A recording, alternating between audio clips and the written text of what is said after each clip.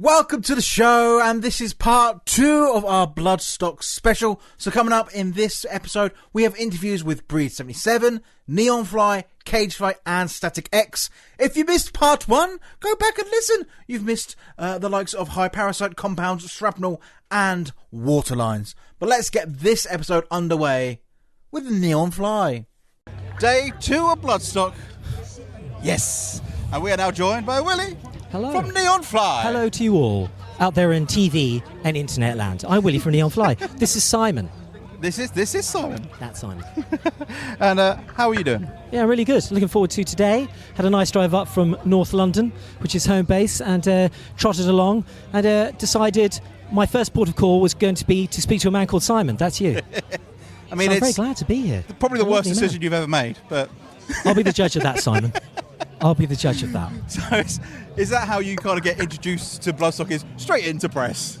Yeah. Because, I mean, yeah, that's part and parcel because you guys have got stuff you want to do and we've got messages we want to send out to the assembled metal masses. And so, yeah, communication is what it's all about. It's very true. Yeah. But are you going to be able to enjoy, is there some time carved out for you to enjoy Bloodstock and go see some bands? Is there anyone you've seen and gone, I need to be out to see these people? I'd like to see Creeper. Yeah? Yeah, I'd like to see them because I think that they've got a theatrical appeal of show that appeals to me. So yeah, I like their vibe off the top of my head. And they're from Southampton, like us. I gig down there quite a lot. I like Southampton. We'll have to talk. Yes. I've been there. Ooh, whereabouts? I can't tell you now. Oh, tell you off camera. Secrets. Yeah. Right. So, what does Bloodstock mean to you? Because you guys have been here a couple of times now, haven't you? Yeah, Bloodstock means to me, it's my first gig with Neonfly, was in 2010, and the New Blood stage. When I ran on stage, I was so nervous, I ran on stage. I wear spectacles like you, sometimes, off stage, and I ran on stage with my spectacles on, which was an interesting approach. I don't normally wear my spectacles on stage. And the accompanying reviews were very, very kind, but they pointed out that Neonfly's new singer appears to be noted celebrity chef Gok Wan, which was... Thanks very much. I had a great first gig when we were here first time. I had 2 weeks to get the set together, and it went off well. And then we came back in 2014. We did the Sophie stage. We were doing our second album, Strangers in Paradise, and we had good times then. And here we are again. Jesus, 2025. Wow, how time's passed. Where have you been? Well, it seems to be going well for you. It's still going. Yeah, well, it's been a pandemic, I suppose, in between. Yeah. Yeah. We don't talk about that. No. That didn't happen. No. If we don't talk about it, it didn't happen. No, it's not. So, what has been your favourite moment so far? Being Gok Wan? No, I mean, being a Neonfly. My favourite moment? Well, many and varied. We've got to open for a huge amount of incredible acts. We tour really around all of Europe, the UK, Scandinavia, part of the Americas, Latin America. We've opened, like the World Trade Center in Mexico City in front of 10,000 people for Epica. That's a big moment for us. We've done quite a few shows with Alice Cooper, opening for him across Europe, and that's a big moment when you run up the ramp. Sharing your music with those audiences is. Yeah. I mean, supporting Alice Cooper, that's got to be like a top tier moment. No, that's just like superb. Yeah, we had some times, and we got to meet him as well, which is good, twice. I still remember, actually, I got him to sign my stage pass, and it was sticking to it got sweaty at the gig, and it was sticking to my bum. I took my stage pass off. That's what you do when you're backstage. You have a stage pass, you stick it. And I had it on my bum. It's all sweaty. I gave it to Al. He said, what do you want me to sign? I said, can you sign this? And he went, that's disgusting. I said, sorry. At least he didn't go sign my ass. No, could have said that. He also would have said that's disgusting. Or maybe less so. But he's a gentleman. He signed it. Yeah. So, top tier moment. How far are you into album 4? Because you're working at the moment, aren't you? Yes, we're writing. Songs coming, riffs, licks, ideas, lyrics, sense of maybe what the sound is going to be. We don't rush, we don't release, as you know. We've been going, relatively speaking, for a band quite a long time with a relatively narrow amount of content, which we're very, very happy with. We don't chuck an album out every 2 years because we tour too much and we don't write on the road. And also, it's a saturated market. There's a lot of stuff out there. Yeah. So we very much want to put out stuff that we think doesn't insult the people who are interested in what we do. So people will keep coming back and go, well, I enjoyed your music last time and I want to hear more of it again, because you're not just throwing... Can I swear on this show? We can edit. All right, just don't want to throw a load of musical shit at the wall, basically. A musical bleep at the wall and just hope for the best. We want to put out songs that we really believe in. Yeah.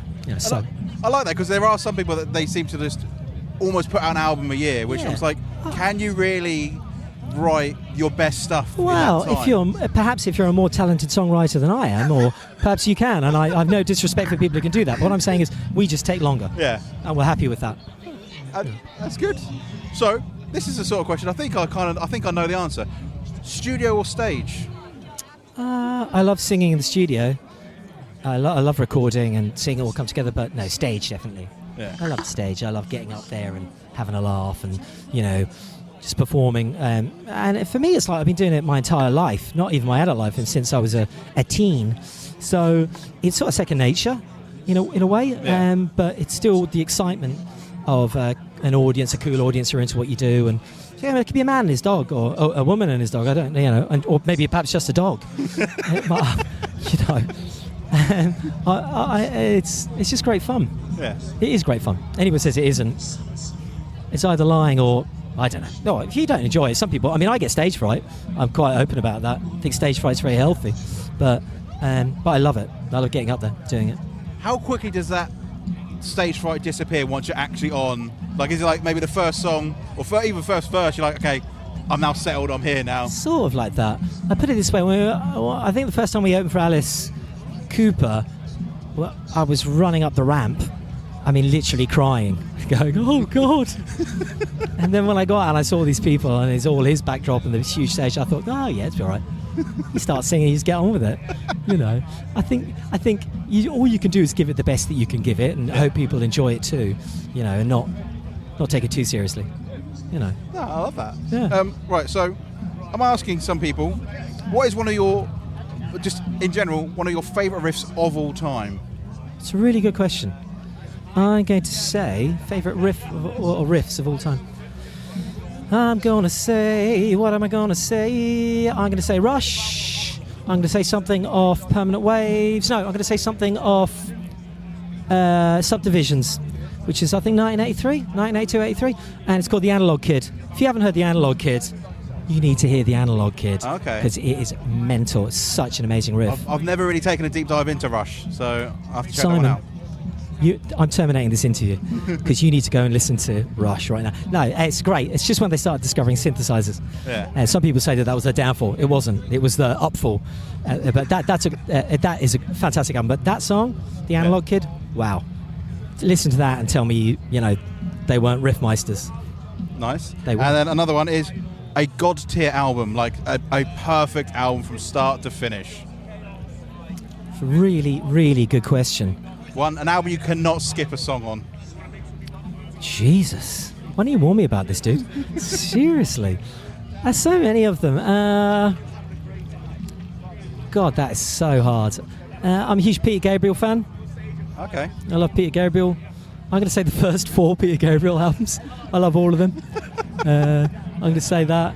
Instead of 1, go for 4. I like that. Yeah, that's style. Can we have all? Yeah, they don't have any names, those albums, so it's like Peter 1, 2, 3, and 4. I know the 4th one is So, isn't it, or is it the 5th one? I can't remember. First 5 Peter Gabriel albums. Listen to them end to end. All right. Those okay, ones. and then the last one is an underrated band, someone that does not get the love that they deserve. 100%. That's easy. Neonfly. We've been going for a while, and no, I'm joking. A band that's I would have accepted that as an answer. No. I'm not that arrogant, honestly. I'm not even arrogant. I don't know why I said it. There's none that I can name, but any band that goes out and does what we do, or all of these other hard-working bands do, and goes out there and is scratching away at the coalface of rock and roll. I tip my hat to them. If you're getting a tour bus or a splitter van, you're doing a 7-hour, 9-hour drive from Guadalajara to Monterrey, as I've done, or 7 flights in 3 days, as I've done, or I have big respect and love for that, because I think that's the lifestyle that I enjoy, and I've had great fun and great reward from. And anyone who's doing that, I think, who maybe isn't at the level of Iron Maiden or Judas Priest or whoever is the flavour of the day at the moment, I think, hats off to the rockers. Fair enough. I like that. I respect that. Have a lot of fun today. Thank you. A lot of fun on the show, and hopefully you get to see Creeper and enjoy them, because I they are hope amazing so. as well. So nice to meet you, Simon. Where are you from again? Remind me of your... Voice FM. Voice FM. Ladies and gentlemen, you've been listening to Simon, Southampton's Voice FM. I've listened to it, and it's absolutely brilliant. And so's he. And by the way, he smells great. Smell doesn't work on radio. Maybe we need Smellathon. Smellathon? Smell-o-vision. It's fine. We're in a hotel, so I've had a shower. It's all good. He really does smell great. Thanks very much. This is an absolute honour to welcome to the show a man from a band who I've been listening to for I can't remember how many years. Yeah, me neither. It's Tony from Static X. How you doing? I'm great. How are you, man? Yeah, not bad, not bad. We're here at Bloodstock. Yeah, you are like my white whale of live bands. Every time you've ever come to the UK, somehow there's been a reason why I've missed you. So today's the day. Like 20 years is the day. All right, no pressure. All the pressure. Machine was one of my growing up albums. Oh, wow, nice. Right on. Yeah, so you're out doing the festival circuit at the moment. How's that all been going for you? It's been amazing. It's been so good, yeah. You were having a blast. Just in Varken? Yeah, we were in Vakken last week. Still got some mud to remember. So it's all going well. You've got Bloodstock Day. What's after Bloodstock? After Bloodstock, I think we're in Belgium tomorrow. I think it's Alcatraz. You just get in a bus and go. Yeah, basically, just wake me up when we get there. You know? Yeah. I'm just going around. Yeah. But yeah, like I said, so Machine was one of those albums I grew up with. It came out like Static X have never been new metal, but you kind of exploded on the same sort of time as new metal did in the early 2000s, and you kind of lumped in with that. But like that for me, that moment in metal just seemed like a crazy time to live through. It was a cool scene to be part of. I mean, you know, we all got lumped into that quote unquote new metal label, but I think everybody put their own little spin on it. You know, you got bands like Cold Chamber and System of a Down and us, and you know, everybody had their little spin on it. Yeah. And, it was a cool scene to be part of, for sure. Yeah, and I think at that time, like, you know, Linkin Park brought a lot of people because they just exploded everywhere. And it just kind of, in the mainstream, you suddenly had metal bands in the charts and things. It was a really cool time. That was when I was growing up. I think that's why metal, I love it so much, because it was everywhere at that point. And I don't think it's starting to come back that way again now. I'm still seeing more and more bands breaking through into like the mainstream, into the chart, and onto the, you know, the mainstream radio and all that sort of thing. It's quite a cool thing to still be a part of. And you've been doing this for now, like, a long time. Yeah, 25, 26 years, something like that. I don't know. I lost count years ago. I don't know. But still enjoying it, though. Yeah, I'm having a blast, man. I still love this job. So I mean, it's one of the coolest jobs in the world. Yeah. But like, for you, in your whole time in Static X, like, what has been like just a couple of like the really big highlights that you instantly go back to go, that was like absolutely just, how did that happen? Yeah, our first Ozfest, we got our first tour bus on that tour. We're like, yeah, we're finally a real band. Being on tour with Pantera, Slayer, and Morbid Angel, that was epic. Getting to play Long Beach Arena, went to see my first big concert there. We saw Iron Maiden there. So yeah, those two events right now pop into my head. Is there any sort of like bucket list things with Static X that you've not achieved yet? One, never got to meet or share the stage with Metallica. Really? Yeah. Well, I mean, we've done a few festivals where they were on the bill, but that's about as close as we got. And the only reason I know Robert is because he was playing for Ozzy when we did our second Ozfest. So, and we were like the only two Mexican dudes on the tour. So he's like, hey, orale, you know. Well, he can get you on there, can't he? Huh? He can get you on the tour on the road with Metallica. Yeah, I don't know. I don't know what kind of pull he has with those guys. But Robert, if you're listening tonight, give him a call. All right. And also, like, obviously one of the big things of Static X obviously was Wayne. His whole personality was Static X. So, like, What's one of your favourite memories of Wayne? Oh. On that first Ozfest, they would have us do signings, depending on what time we went on stage, because they would have you rotating on the second stage. So it was either before or after. And I think this one time it was after we were done, and we were both had started drinking, and I may have smoked something. And we're sitting there signing shit, and, band picture. Yeah. And we're both going back and forth, writing speech bubbles over our pictures, saying just like stupid, ridiculous shit, laughing our asses off, and like people scratching their heads are like, what the fuck is wrong with these guys? But yeah, we were having a blast. I love that. He does seem like he was a huge character. Yeah. He was cool, chill dude, like soft-spoken guy. Had a really dark, twisted sense of humor. But yeah, we had some fun back then. Yeah. And I'm going to apologise now because I'm pretty sure you've been asked this question by everyone, and you will be asked by everyone. When's the documentary release date? Yeah. I apologise. Well, I'm not gonna give you a release date because I don't have one. But once we get done with touring here in Europe, we got one more tour in the U.S. with Mudvayne, and then we'll finish out the year working on the documentary. So. Right, you have no UK tour dates, and Mudvayne have no UK tour dates since they've reformed. So can you convince them, you two, to bring that tour over here? Because I'd love to do that. Yeah. I'll put in a word. That would be amazing. Because when Mudvayne got back together, I was like, well, come to UK, and then it's not happened yet. Yeah. So sure they'll get around to it. Oh yeah. Yeah. So obviously we've got a few more dates left in the tour. Then obviously working on the documentary. Is that kind of Static X's year planned out? Yeah, that's for the rest of the year. Yeah. Mm-hmm. Yeah.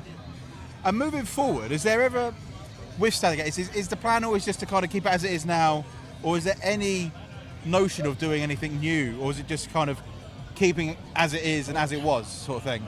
As far as new music goes, we've been talking about it. It's a possibility. I mean, we all still love jamming together, and we all still like each other. So, I mean, it's certainly something that we can look into. But I think we really want to get the documentary done. We want to get it done right. Yeah. And then we'll cross that bridge. So it's not off the table, but it's not at the forefront. It's kind of a possibility. Yeah. Which I like. Like I said, this is an absolute honour. Like, genuinely, Machine is in like my top albums of all time. Absolutely love it. Awesome. And thank you so much. And finally get to see you tonight. I'm so excited. And thank you so much again, Tony. Cheers. Thank you. Right. We are now joined by Will from Cagefly. How you doing? Yeah, really good. Thanks for having us. Appreciate it. Thank you. I just want to just point out straight away, top tier shirt. Oh, thank you very much. Looking forward to it later.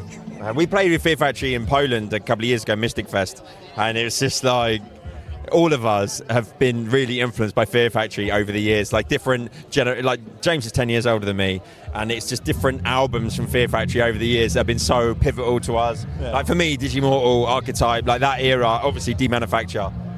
Yeah, love Fear Factory, so yeah, glad to see him later. Oh yes. I can't remember the last time I've seen them. I think it was probably 15 or something years ago. It's a long time ago since I've seen them. 20 years ago, so 2006 was the first time I ever saw them. And I was 16 and I was like, what the fuck? Like, this is amazing. Great band, unbelievable musicianship, and real fucking boundary pushers as well, to be fair. Oh, yeah. Great band. Right, let's get back to Cagefly. Anyway, Cagefly, yeah, so. Why we're here, you're here is Fear Factory. But I want to say, I love the fact your name, Cagefly, sums up the band. It's so hard to name a band, but I love it when you go, before even listening, you're like, Cagefly, they're hardcore, they're heavy. Like Slayer. You ain't getting a pop act with Slayer, are you? And with Cagefly, if you suddenly came out big pop melodies, you're like, what's going on? Yeah. But no. Wait, the experience that made me laugh was we toured with Necrogoblicon a couple of years ago, and we played the Joiners in Southampton, and this bloke came up to me and he was like, I'd never heard of you, and I was half expecting an actual cage fight. He goes, I thought that was the warm-up tonight, and I was like, no. But the name comes from we played the record to a friend, and he was like, "It sounds like a cage fight," and he was like, "Oh, hold on, that's quite a cool band name." And yeah, that's it. The name comes from the music. It's fucking visceral, violent, and aggressive, and yeah, and that's kind of that's our staple, and that's what we're sticking to, really. So yeah. I love the mention to the joiners. Producer's wearing a nice Jordans t-shirt. Yeah, that's it, exactly. Got a great venue, to be fair, good people. Still got my Reanimator shirt. If you're watching this, joiners, post it to me, you bastards. What, Ricky still got it? I'll have a word.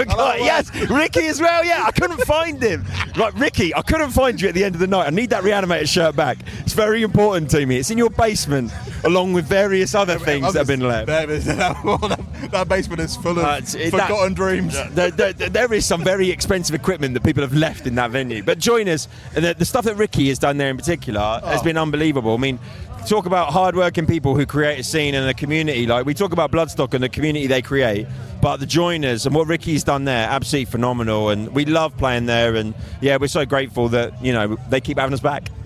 So one thing that I love about you guys is the fact that Rachel was kind of like discovered an Arse Joint via Instagram. So like an actual positive message from social media.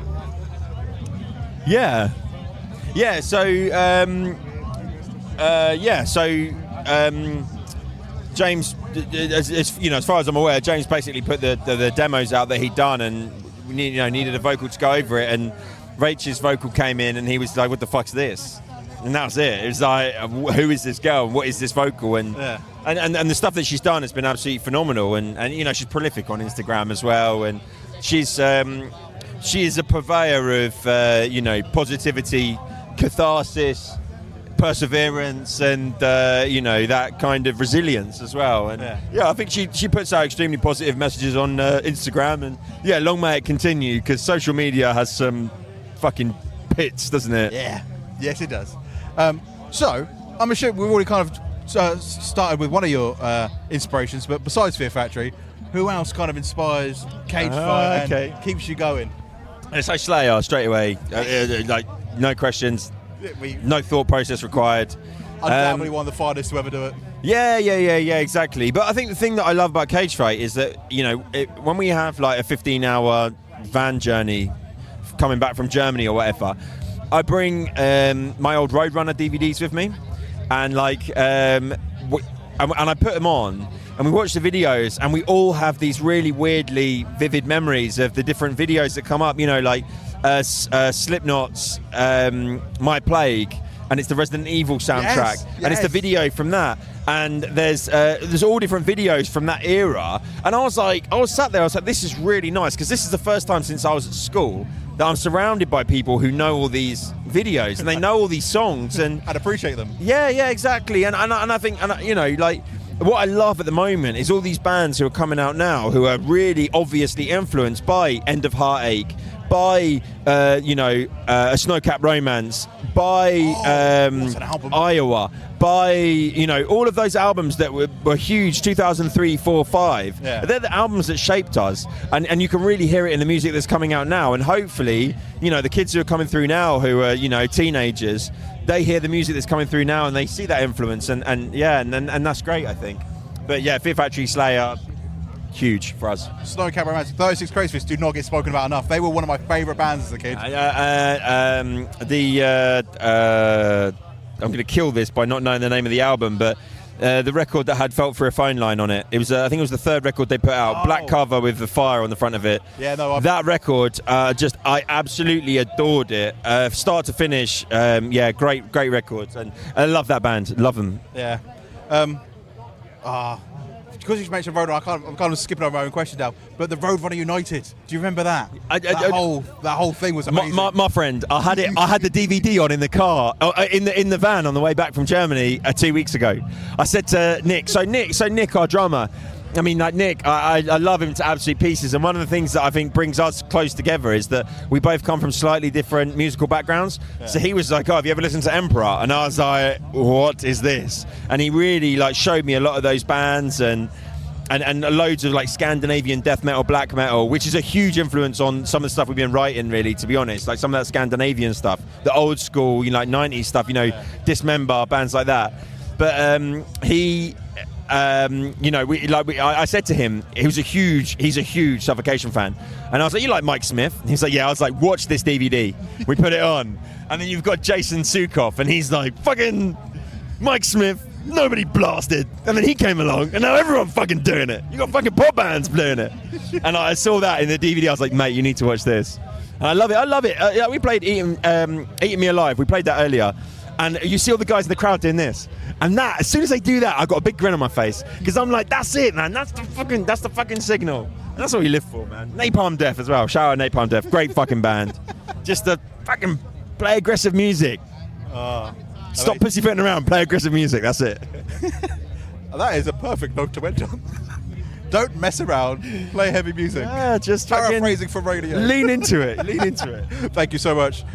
Really love chatting to you. And hopefully we'll get your t-shirt from the Joiners. We'll make it our mission. Yeah. Let's do it. Let's get us back to the Joiners as well. Yes. Love that venue. I'd love to play there again. It's great. Cheers. Thank you so much. No, thank you, man. Appreciate it. Cheers. Take care. We're still at Bloodstock 2025 and now joined by Breed 77. Hello. How are you guys doing? Good. Still alive. This feels like a real blast from the past for me because I was trying to think. I think you were possibly my third or fourth ever gig. That is something positive. Like, I want to say about 2006, 2007 at the Wedge Rooms in Portsmouth. Oh, probably, yeah. That's a good one, a good venue. Yeah, we last year we started after 10 years of hiatus. We came back last year. We managed to do a couple of UK tours, played Uprising, and started recording our album, which is nearly finished. And now lead us to 2025. What brought you guys back together? Obviously, you were on hiatus, so what kind of made you all went, do you know what? It's time Breed 77 got back on the road. Time caught up with us, and we hadn't been playing together for a long time. And then, it was him who mentioned, shall we do a new album? It's now or never. And he all clicked that it was fuck yeah. Because we are not that young anymore, and it was just like, let's get back where where we belong, at least for as long as we can. So that's pretty much the basic of it. Yeah, we enjoyed it and we missed it. We stayed friends because we are friends even before the band, and we just decided guys, let's just do it again. So you kind of went on hiatus. Was that just because at that moment it kind of felt like it was maybe done, like just time to break, and then... Yeah, it was many factors, some members of the band went back to live in Gibraltar. Life gets in the middle, we have families, you get older, other priorities come in your life. And we have been doing it by then for a long time. We're a bit tired too, because this gets you tired. You cannot attend any other thing but the band, and sometimes you just need to focus on certain things. Yeah, so I was saying, because I swear in the early 2000s, I swear you played every festival going in the UK, every venue. I swear every venue. We burned the country, yeah, we were playing all the time, and that, after a while, things just developed like it happened, and things happen. But the good thing is that we decided to do it once more. Yeah. So you said there's a new album that you've almost done then? The new album is done, recorded. We're just looking for a home. We're not signed, so we're looking for somebody to put it out in England and then UK, the world, whatever, and then just get on with it and start touring. So, if it's already done, then what can we expect from a new Breed 77 album then? Well, it's us, but with 10 years later, we've got more influences of life, that comes down here, and we're better musicians. We are composed much better. I'm loving every minute of the album we recorded. So it's that's the only condition that we put ourselves to come back. That our music would be relevant and that we would love to do the music. We're not just going to go out and just do old hits and stuff, classics, So we were very happy with what we recorded, and that's the catalyst for us. Keep on going. So who kind of inspired this album then? Is there any newer bands you've discovered, over the last 10 so years that you kind of gone, we're taking a bit of that to this new album? Well, not really. I don't. What do No, you yeah, think now? but like I was gonna say, like none of us is just like trying to imitate anybody or anything The thing like in that. this band is that we are never chasing up on anyone, so we've always been authentic. I don't think that you play a Breed album and you can directly compare it to any other. Yeah. I mean, yeah, genre-wise, we were moving along the times, but we always sounded differently, and this is no exception. It's not totally, but it's different from every album that we've done. And like I said, next album is not gonna be an exception to that rule. So. See, I like that. I like it when a band's like, no, we kind of do it for us, and if you like it, that's great. That's If you don't, what you we don't. are. That's what we are. That's the How am I main gonna, avoid that? Because it's more authentic then, because you're not trying to please people. I think for me that comes across more authentic anyway. Yeah, I believe you gotta believe in and feel what you're doing for most, and that's us. And then if people like it, awesome. If not, well, tough luck. Yeah, exactly. We're gonna continue doing There's it. people for everything and for everyone in this world, so Yeah. why not? Also, obviously, after a long break, how is it stepping back out on stage? Is it like a completely new energy because you're just like, had not done this for 10 years and like you can just go again? Well, some of us we had our other bands and projects, Yeah. so it's not that we were off not playing. Yeah. But it was very bizarre. The first time we got together was to do Uprising last year. Yeah. And that was the first gig we've done in donkey's years.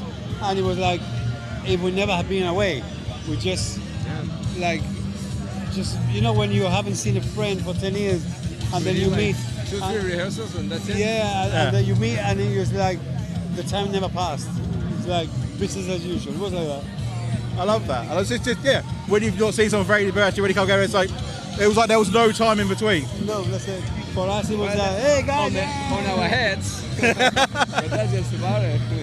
So this is quite exciting times. So obviously we got Bloodstock today. So there is an album that we need to get out somewhere. The festival's already booked for next It's year. at home, so you home know. for the album. Yeah, so they are gonna be announced next week. So there's already some action being confirmed next week in this country as we speak for next summer, and then there'll be more stuff abroad, and we are hoping for a very busy 2026. That's gonna be our year along with the album. Yeah, immediately we have the album out, we'll start touring. Yeah, so We go around everywhere. Amazing. Thank you so much, guys. Like I said, it's a proper blast from the past. Looking forward to seeing you guys again this evening. Thank you. And amazing luck with the new album. Let's get it out in the UK. Yeah, really. Cheers. Thank you. All right. Thank you. Thank you.